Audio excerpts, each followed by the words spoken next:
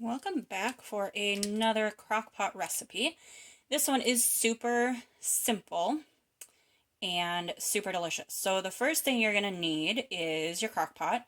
I lined mine. Do what you're going to do. And then regardless if you line it or not, go ahead and spray it with some cooking spray. And then you're just going to need 2 chicken breasts. Mine are still a little bit frozen, which is totally fine. They do not have to be thawed, which is one of the fantastic things about the crock pot. And then next, you're just going to need 1 can, 1 10-ounce can of the red enchilada sauce. And you're just going to pour that right in there and just kind of let it do its thing. And then for now, you're just going to go ahead and put the cover on it, and you're going to cook it on either on low for 6 to 8 hours or high for 4 hours is where we're going to start. And so you'll put it going at the temperature of your choice, and that will either be high or low. We're going to go ahead and do mine on low for 6 hours. I'll come back and check on it sometime in that time frame and adjust as necessary. So I will be back after a couple hours and we'll go over the next step.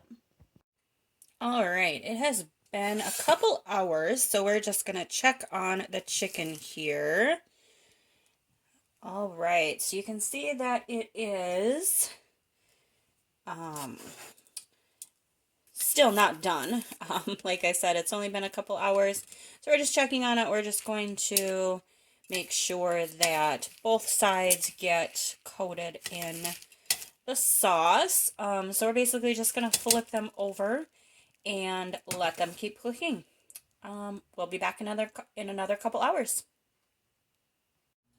So we are back. It has been a couple more hours, and so we're just going to check on the chicken again. So now it has been cooking for about 4 hours on low, and as you can see, it is pretty much done.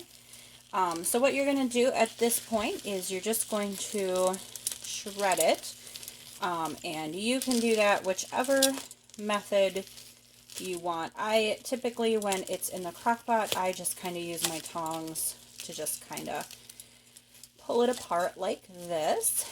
So just go ahead and shred it, but keep it in the crock pot. We are going to let it marinate with that sauce for a little bit longer. So I'm going to go ahead and shred this up and be back in a few minutes. Alright, so I got my chicken all shredded up.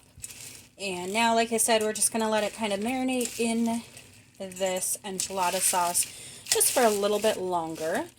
The next step is to get some pasta cooking. So we're going to go ahead and do that while this chicken continues just to marinate some more in the sauce.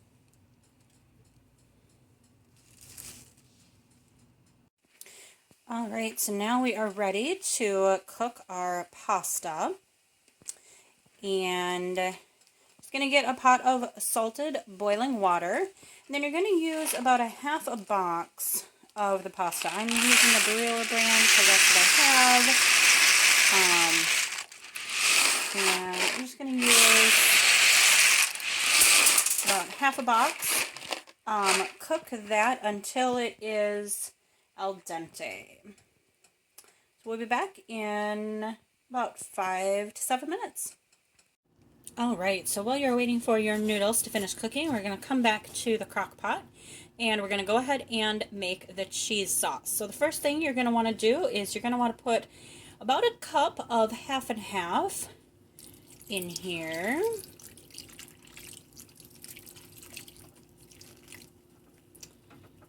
And then give that a stir. It's going to be a lot of liquid right now, but remember, we are not only adding cheese, but we are also adding macaroni noodles. So it should be a lot of liquid. Don't worry about that. All right, then you're going to add about a cup of cheddar and just kind of sprinkle that in there.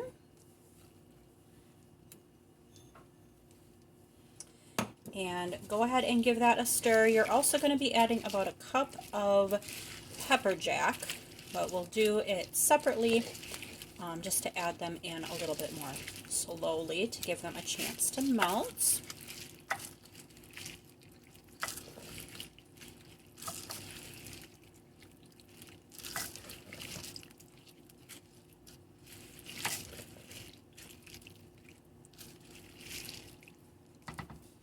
All right, now go ahead and add your cup of pepper jack. So my store, the only pepper jack they had in stock this week was sliced pepper jack. I really wanted to make this mac and cheese, so I went ahead and bought it. And then, as you can see, I just kind of crumbled up the slices. I think this is about 5 slices. It's supposed to add up to about a cup of pepper jack. So go ahead and just sprinkle that in there. Now we're going to go ahead and give it another mix.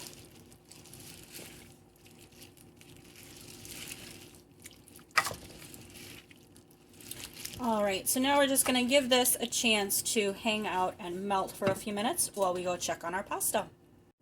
Alright, so we are back. My pasta was done and has been drained. So the next step you're going to do is just add the cooked pasta in with your chicken and cheese mixture. And then just go ahead and give that a stir. Oh, look at that cheese.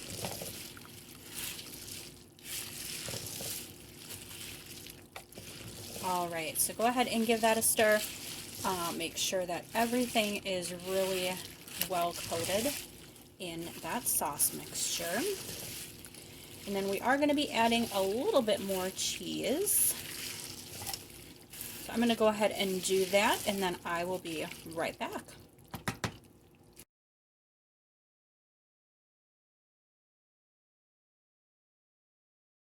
Alright, so it has been about 10 minutes, so we're going to go ahead and take the cover off. And there it is. Just kind of mix up that extra cheese.